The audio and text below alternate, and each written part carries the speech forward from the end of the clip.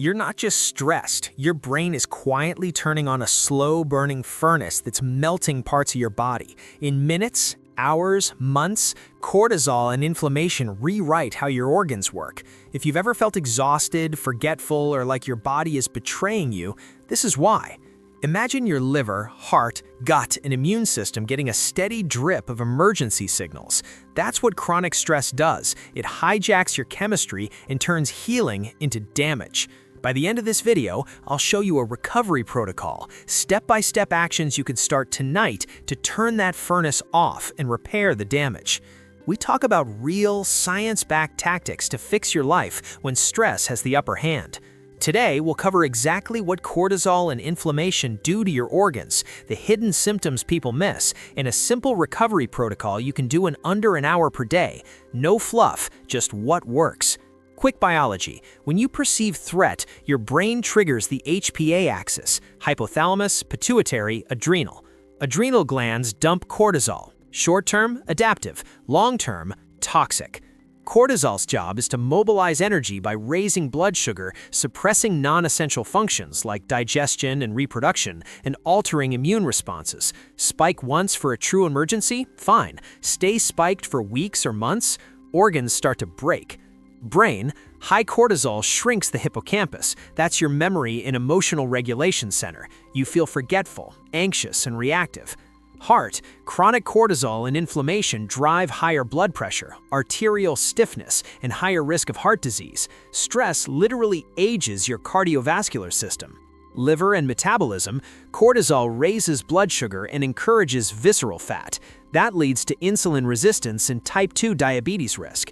Gut, stress alters gut motility and microbiome balance. Inflammation in the gut causes bloating, IBS-like symptoms, and weak nutrient absorption.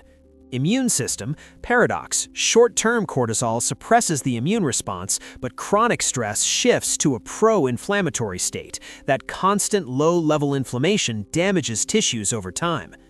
Other systems, reproductive hormones drop, low libido, irregular cycles, skin flares, acne, eczema, and even bone density can suffer. Stress is not abstract, it shows up across the body. Not sure if you're chronic? Look for persistent fatigue, brain fog, disrupted sleep, cravings for carbs, frequent infections, and mood swings. If these are your everyday baseline, you're likely in a state of HPA dysregulation and low-grade inflammation. Good news, it's reversible with a consistent approach. This is a practical, research-backed recovery protocol. Do these consistently, not once, and your cortisol rhythm and inflammation markers will improve. We'll break it into daily, weekly, and lifestyle habits. 1. Morning anchor, 10 to 20 minutes, light exposure and breathing. Immediately after waking, get 5 to 10 minutes of natural light and do 6, 4, 8 breath cycles for 2 to 3 minutes. This resets cortisol rhythm. 2.